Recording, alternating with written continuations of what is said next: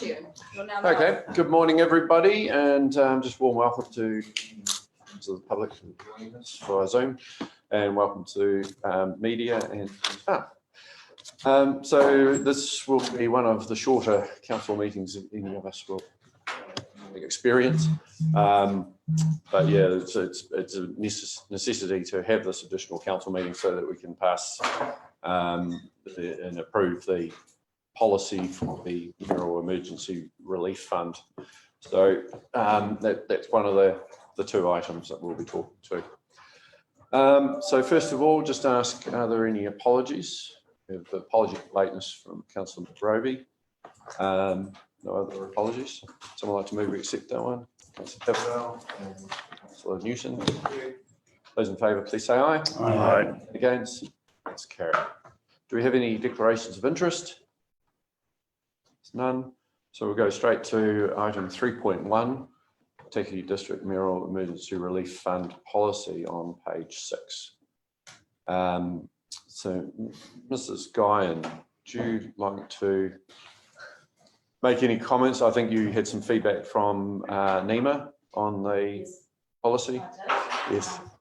So overall, Nima will be happy with the detail that we're putting in the policy, and I'm really pleased to see it in detail. I just wanted to make one point of clarification, and that was in relation to the money remaining in the fund. Is that following to the unexpected government sourced funds, if the council identifies anything that's unspent, it must be returned to the Crown. So that just asked if we could make a small amendment. So basically, yeah, part of the fund will, the fund may be, and in the OHAR case, is some contribution from the government. So anything of the government funding that we don't use needs to be returned to the Crown. Anything around the donations the public have made and businesses and so on have made, that is the part that will be left over and could be used for the benefit of that community that it's given for. So we do have that amendment. Is there any other questions that anyone's got? I just have one point just for clarification. At 1.3.1, it talks about how there's priority given to applications for essential items such as food. Yet we talk about at 3.4 that responsive applications are going to be provided within 2 weeks of the closing of the fund. I just I'm seeking clarification about how that if there's any flexibility in there, because obviously our application for food would be more urgent than requiring a response within 2 weeks of the closing of the fund. Yeah, I think that's the maximum time. So obviously more things will be just the intention is that we have a process which ensures that urgent decisions are made very quickly. Yeah. And that our response is appropriate depending on what the application is for. So so it's just making sure that everything will be done within 2 weeks, but obviously if someone's needing food, it needs to be done probably within 24 hours. It just says it's within closing, so maybe we need to look at that wording slightly at 3.4. Yeah, it's a little confusing there. So yeah, we'll just make sure that that does mesh with what we ultimately end up with. Councillor Wilson? Yeah, just quite a few questions, Gary, but one of the main ones was, first of all, Michelle, please tell us what NEMA is, so people who might be listening know what NEMA is. Sorry, National Emergency Management Agency. Thank you, Michelle. No, just in terms of the terms background, should an emergency event occur, then I said emergency event doesn't have to be a declaration. It can be decided upon by the mayor and deputy mayor and read around. I just thought that was a little bit open-ended, if you like. It's open, like in terms of the Lake O'House fire event, that's definitely, everybody would agree that's an emergency event. Some other events may not be as clear cut. I sort of wondered whether that needs to have some more conditions wrapped around it, maybe to assist deciding whether it is an emergency event worthy of the emergency fund or not. generally speaking, it will be something that there will be a subjective call made on it, and it is taken into account. Is this something where actually external assistance is needed? It is one of those things where it's far better not to define exactly when it needs to be. We need to be able to make that call, and the idea is that by having either the mayor of the day or the deputy mayor of the day make that call, is that those roles are responsible to the community, and probably best placed to make that call. Councillor Tavendale, you want to respond to that? Yeah, I think it is, for myself, if we look at the situation in front of us and how quickly people wanted to be able to put money towards it and to help people, it's probably the speed of needing to be able to set something up. And obviously, how it's set up doesn't actually then carry on to how it's spent. So it's really just about there's been something happen. There's been a call by the community that we would like to be able to help. And so that call can be kind of made by very quickly. Obviously, the safeguards are then and how the money is distributed. Do you have something else as well? Oh, yeah, I was just going to follow up on Kelly really regarding the food thing. And is this 3.5 states grants we pay directly into the bank account? I was wondering with food, just to give someone a food voucher, very quickly, food vouchers, they could go to the supermarket and buy food rather than having to go through a bank account, get away for feed funds for the bank. Just another point to help out. Yes. Okay. Yeah, that's a very good point. So I think if we can modify that so that Maybe I can help a wee bit just to clarify. And immediately after the event, if people were needing access to accommodation or food or clothing, we deal with that separately from this fund. So if you're thinking that on the night or over the weekend after this event, people would need to apply for a fund to get the help they need, that's not how it happens. What happens is we manage those immediate needs as part of the Emergency Operations Centre. For example, in Auckland, we were able to give vouchers to people. We had clothing coming in pretty much immediately, didn't we? That anybody coming in that was looking for something could just look through and find what they need. And we had accommodation sorted within the first few hours. So we deal with those immediate needs immediately, and this is looking at ongoing. Yeah, thanks, Michelle. That's very helpful. yeah, no, it's a very good point. Thank you. Councillor Hopkins. Yeah, look, a couple of things. I've got if you like, a global matter that I would like to discuss, but looking specifically at things in the policy, I think 4.1 should say, if funds are found to have been fraudulently obtained or used for an unrelated purpose, the council will seek. I don't believe may is anywhere near strong enough. In my view, nothing is worse than people fraudulently extracting funds from an emergency fund like this. And if we have evidence that that's happened, we will seek, in my view, to recover. If you look at 1.3, and you just read it as it says, priority will be given for family or personal crisis. Now, priority will be given to applications for family or personal crisis. That's what it reads now. Now, no one's going to apply for a family or personal crisis. What they're going to apply for is assistance or funding assistance to cover. So I just think that 1.3 needs slightly reworded. And I would use the word delegate rather than delegee, which is an American term that I didn't even know existed. And I note that in the two pieces of public communication that accompany this report on pages 17 and 21, the word delegate is used. And in fact, the American definition of delegee is a delegate. So one word is known to people, the other is not. There is a bigger issue, but if you're happy to discuss it now or leave it till later, I'm not sure. I'll take my guidance from you. Sorry, I'm just still looking at 1.3. So you're just saying that the terminology there, Yeah, priority they're will not be given. applying for a crisis, Yeah. they're applying. Yeah, yes, applications for funding assistance to cover, I think, Yep. like that would deal with 1.3.1, 2 and 3. Sure. Yeah, okay. Yep. No, we'll make that amendment.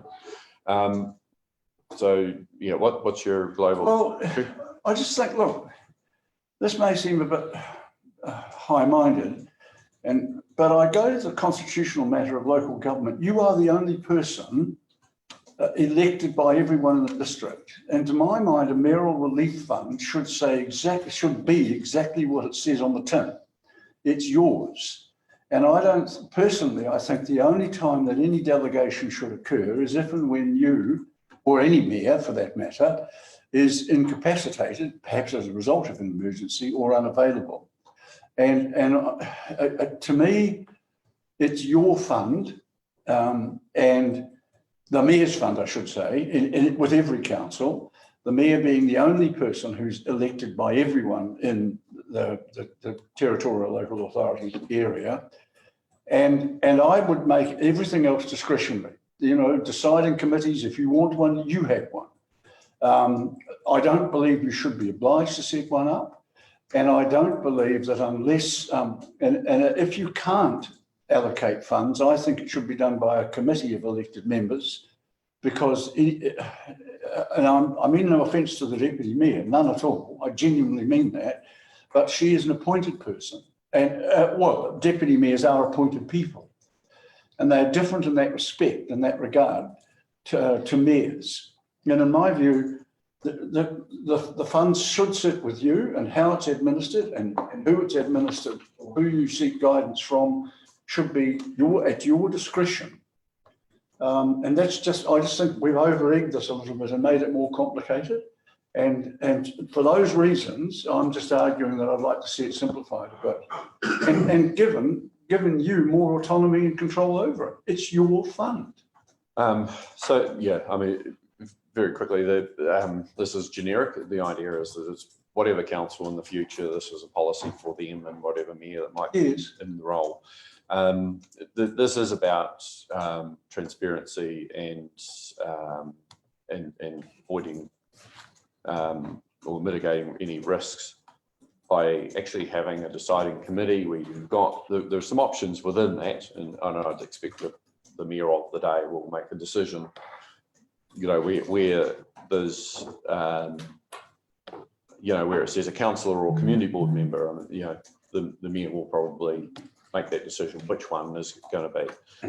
Is it going to be the CDM, local welfare manager, or a community representative? That decision will be made. And so there's still enough flexibility in that. But the main thing is that it's not going to rely on one person. You know, potentially this is an area where it's fraught with controversy. If a wrong decision is thought to be made or seen to be made, it's better to make sure that actually it's not one person making the decision, it's 3 people who have made the decision, and I think you will get a better quality decision out of that. Keeping it small and nimble is really important, and I think by having that flexibility and just requiring 3 to be in that deciding committee is really important, so that decisions can be made well and promptly. Well, my preference is to keep it as it is, and you never know. I mean, you might one day have a mayor that's not as benevolent or whatever as the current one. Look, I accept, very briefly, I accept your point, and if that's what you want, then I won't argue it. My view is that I still stand by what I said, and I think issues of transparency could be dealt with some form of post-reporting to the council in public with privacy provision. No, I think this. Hang on, I'm just making an alternative suggestion. But if you want those safeguards and checks and balances, I'd still make them discretionary. I'd still say may set up a deciding committee rather than will. But if it's what you want, then I mean, and you believe it won't impinge unnecessarily on future mayors, that's fine. I think it's good for democracy the way it is, but if councillors think otherwise, then they can certainly make comments on that. Mr. Jorgensen, you just want to make a comment here? Just make a comment that the advice we did have from NEMA is that when there's government money being distributed to the communal fund, they do require one of these policies in place, and as Nick Kirch has outlined, having a couple more people on that assists with that government money process as well. So it's not just donated money from the community, it's also donated money from the government, which has different criteria attached to that as well. Thank you. Thank you, Neil, for that clarification. Okay, Councillor Tavendale and Councillor Halaleli. Well, I was going to say it's the government funding side of things. Yeah. And also you've got to give the mayor options if there's things like conflict, that kind of thing that he needs to work through, so that he's still got options as to how he can actually have it proceed without having to come back to council and work out different ways. So this gives tools. I wouldn't imagine a deputy mayor, whether myself or anyone in the future, is going to go and open up a fund with the mayor sitting in his office without going to talk to him. Or her office. Yes. But I think that there's going to be a chain of command, but if the mayor of the day is out of town and cannot literally put a signature on his paper, this means we can still work through those things, and like I said, it's still got the safeguards. So I think that's important. My biggest question on this is it kind of talks like there is one event at one time and one fund, and it doesn't really talk about there being a need for more than one fund to be open at others, because obviously at the moment we've got OHA, and if anything else happened, we wouldn't want that obviously, but there is a potential for there to be a need for more than one fund to be referencing certain monies at any one time. And we only ever talk about the fund here and things about like if the monies are not spent. But if you're going on to a different event or something like that, then you may find I just didn't see any differentiation there, and just felt like maybe we need to just be aware that in case there's ever more than one happening at a time, then this allows for that. I'm just not totally sure it does. I think if there's a reference to that when a fund is opened, that it's opened in the name of that emergency that it is for. So the current situation we have is that we have the OHA fire emergency. So the fund is that the Mural OHA fire emergency fund, relief fund. So yeah, it can be differentiated by that, because it's certainly not a case of if people have given towards a particular event that they will automatically be happy for the money to go to something else. It needs to be ring fenced and dealt with in that way. Okay, thank you. Councillor Halaleli. I was just going to respond in regards to Councillor Hoffman's comment earlier. Policy that's around risk management as well.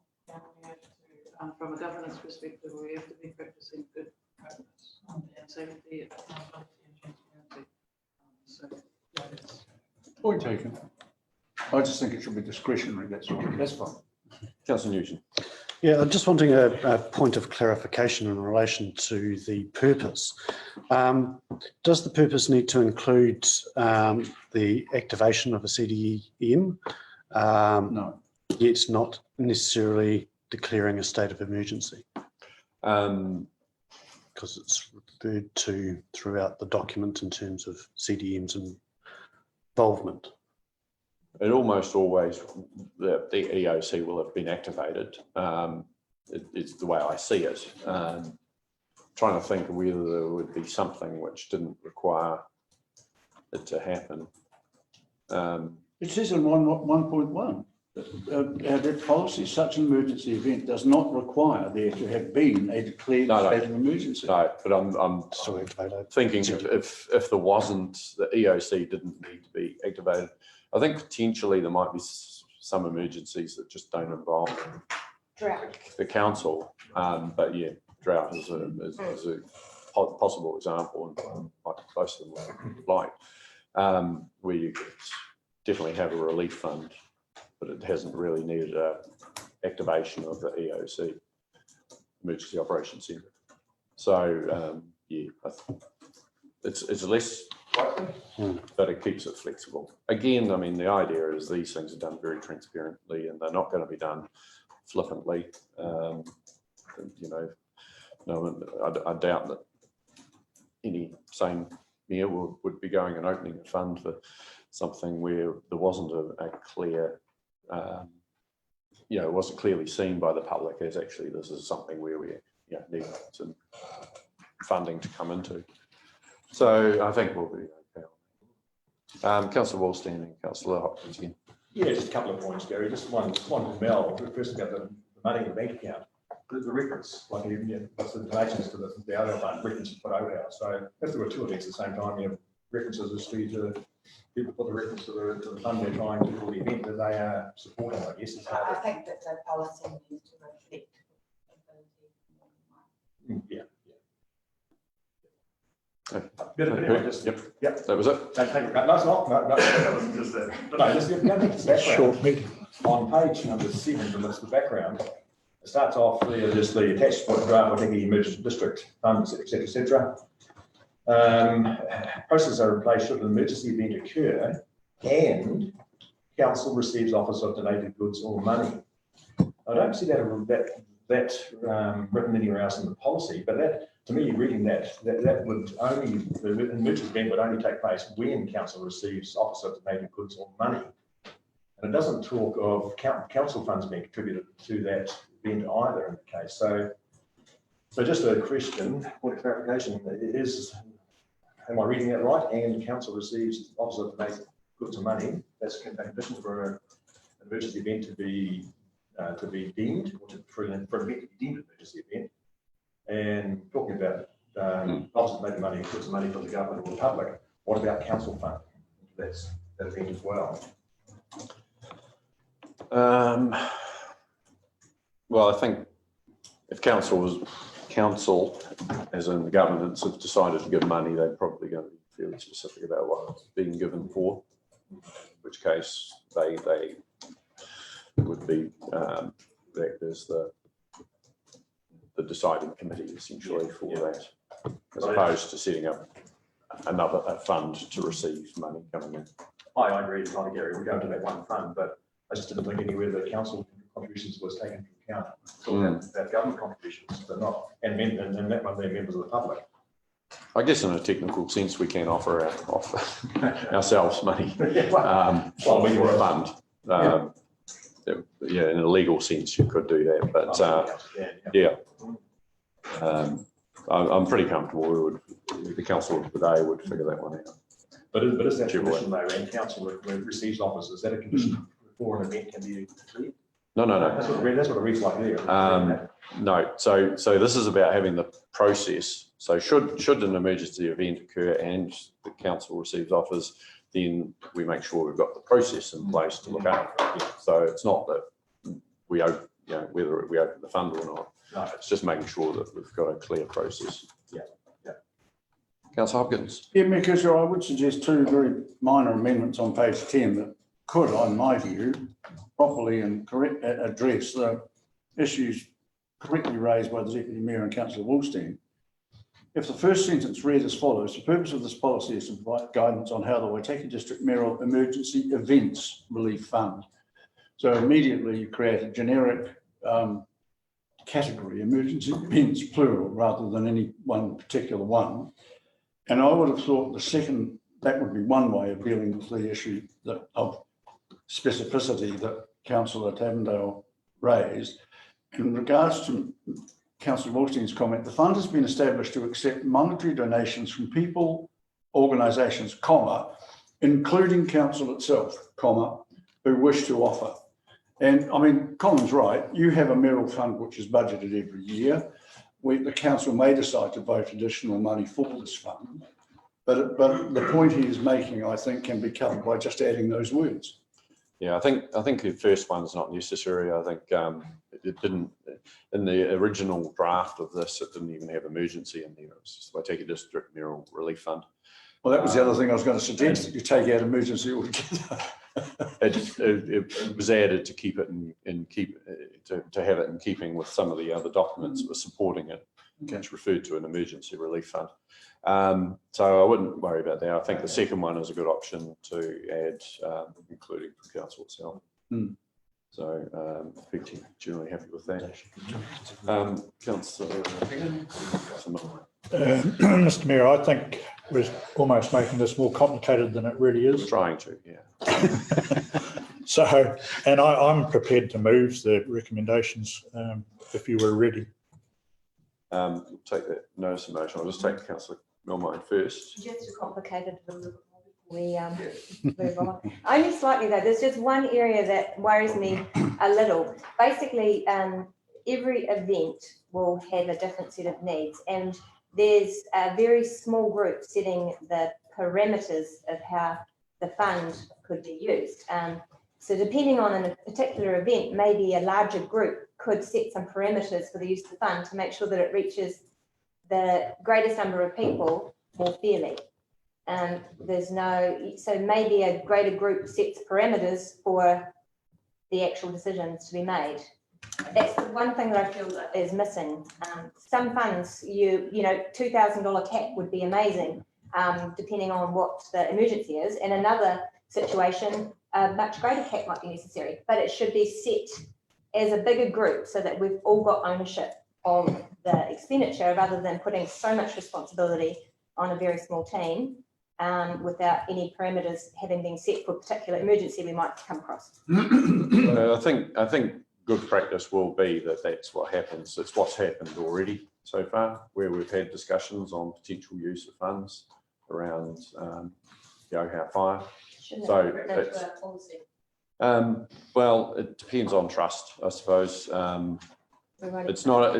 It is about trying to keep it nimble, and some things are fairly straightforward, other things aren't. This current situation isn't straightforward because you know it's quite such a unique event where you've got you know quite thorough devastation of a community from a residential point of view, but also it's one that's permanent residences versus holiday homes and versus, you know, a few businesses and some farms and so forth. So there's a real, there's some real unique elements to here, and that's where good practice is that certainly I've been talking already with councillors about what's, you know, how they feel about particular uses of funding and what do they think is reasonable and so on. And I think that that is something that, you know, basically will happen,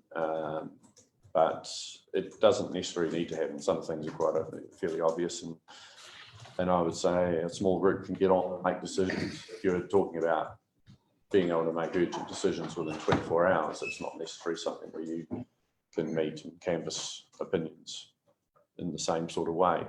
So generally speaking, I think it's always that, what's the urgency? How large is the amount that's being asked for? And, you know, who should be making the decision? The bigger the amount, then, you know, the more people that should make sure that we're being clear on what expectations are around that. But as always, driven by what councillors feel. Councillor Halliday.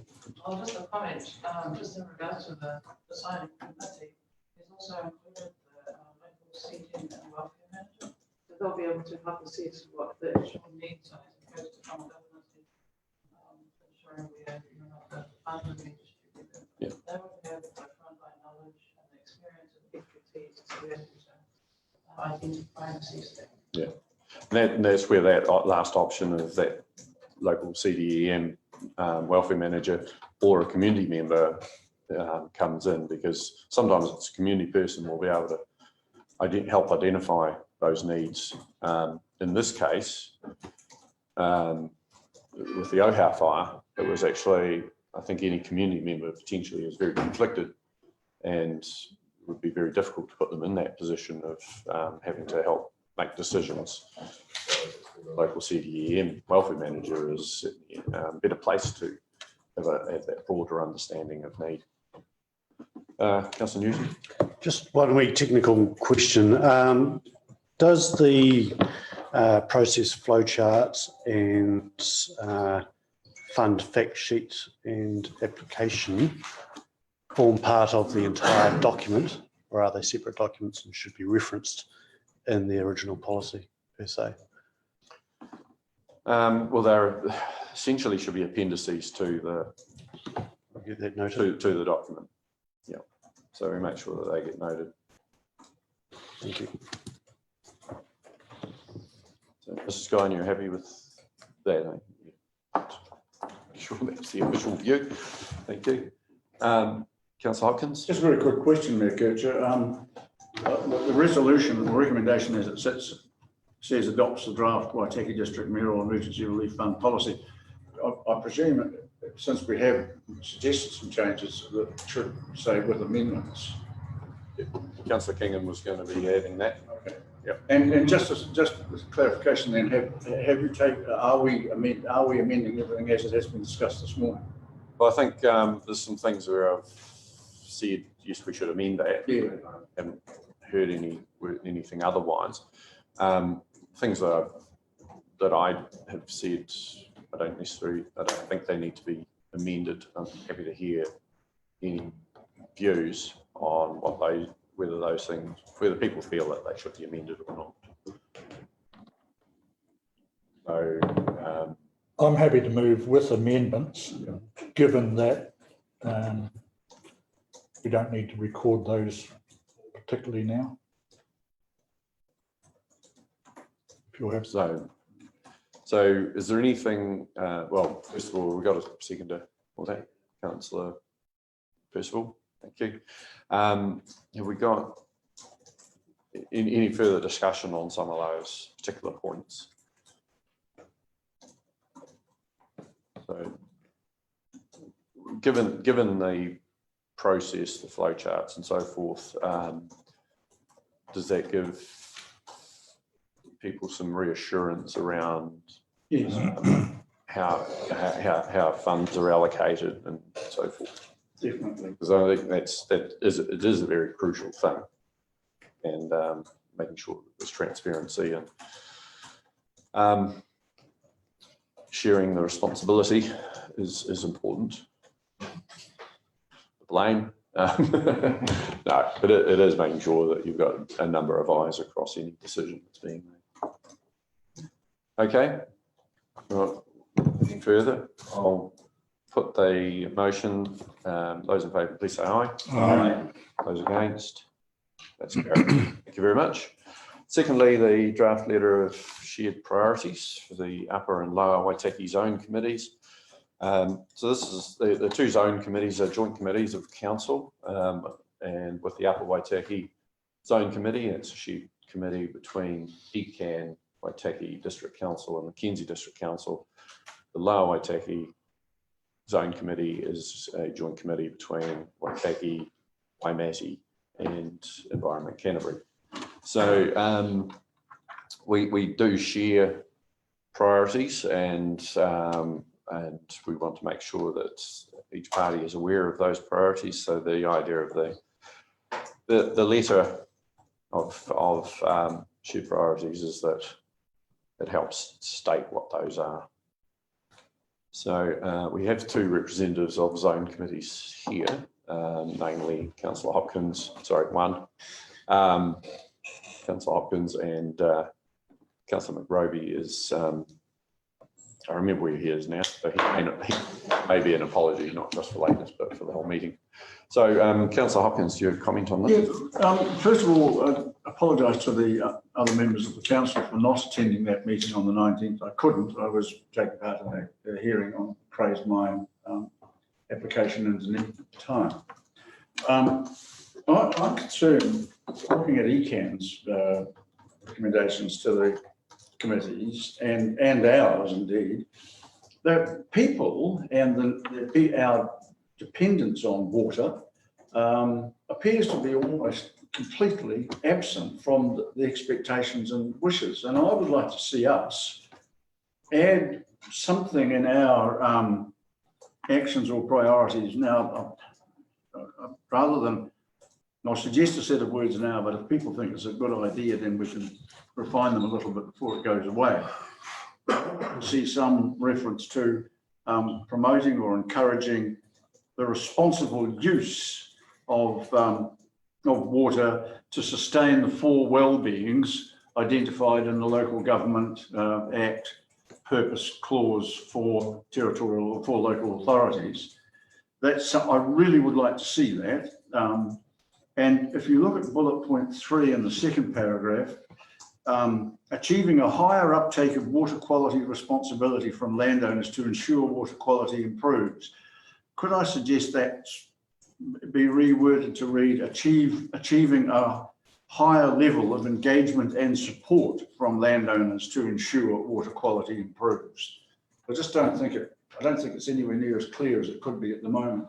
So that's changing a set of words, but the other thing is adding something that I just think we need to say. We want to be able to enable people to sustainably and environmentally appropriately use water for the benefit of communities and human activities. We want that, in my view, and it's absent. It's absent from what we're saying, and it's absent from what Deacon's saying. Can you say your wording again?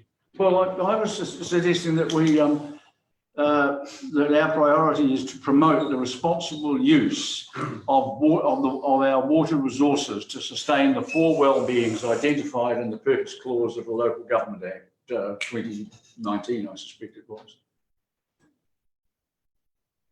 Okay.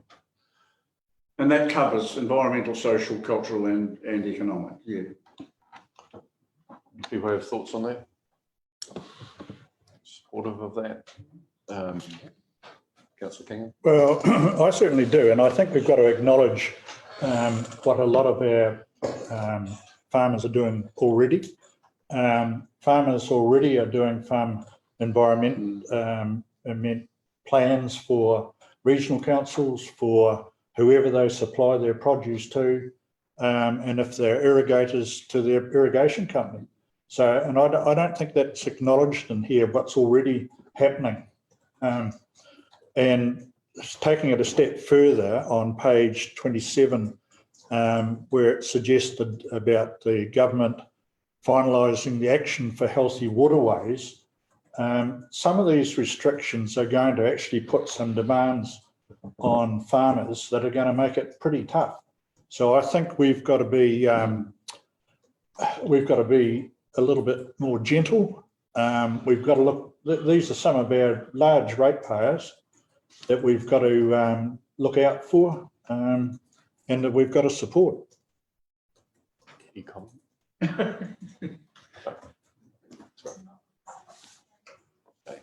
I'm just wondering if there's anyone else to comment on this. No. Okay. I definitely don't disagree.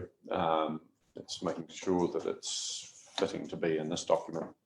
It's as far as those priorities. Certainly, it's our priority, and I think it should be in there. It could be in there. I was just trying to be clear about what is included and what's not. Well, Mr. Johnson. I suppose the only comment would be is really the alignment with the Canterbury Water Management Strategy, and I guess that's kind of the overarching document that's owned by all of the Canterbury councils, and this better, I guess, aligns with that. I think puts their own flavour on it as well. So I think based on that, it probably does fit. And what I'd say is we ultimately move this with that addition, unless it contradicts the Canterbury Water Management Strategy. So just with not having that direct advice here. Councillor Percival. Yeah, page 27, bullet point 5. Why does that become action priority when we don't have GO? And why is it put in there? Is that rejected, or why is it there? Because we do have a geo park. Do we? It is a thing. Yes, the sign's up. I don't know when you start to, you know, when you don't have one and then you do have one. I mean, we're basically calling our collection of rocks, etc., a geo park. So that, and it is a brand, if you like, that's being used. Anyone else? Any questions, comments? Councillor Wallstead, sorry. Yeah, just a question, Gary. I guess this letter is to be signed by the Environment Canterbury Chair as well. So just under on page 27, Environment Canterbury priorities. I don't disagree with any of their priorities, but I probably would put them in different orders. Have they got them in the order of priority to Environment Canterbury? Because yeah, I believe this is bullet points. Number 2 is the prime major bullet point. This has been adapted from a letter of shared priorities that by Matty had and that ECAM passed on to us. So from that sense, yes, it reflects. I don't know whether they necessarily are in the order of priority for them. They are their priorities overall. So yeah, it's not for us to to change them. Okay. That's for certain. Yeah. Okay. I'd like to move that we adopt it with the change that Councillor Hopkins has suggested. I'll move to reading approves joint letter of shared priorities with amendments to the Waitaki District Council's priorities as agreed, or sending to the upper and lower Waitaki zone committees. Okay, seconded for that. So Kingham, okay. Any further discussion? We should put it. Those in favour, please say aye. Aye. Those against? It's carried. Thank you. That did take slightly longer than I was expecting, but well done. We got there. Thank you very much, everyone, for your participation. Thank you for those who joined us via the live stream later on by the live stream. And I now declare the meeting closed. Thank you very much.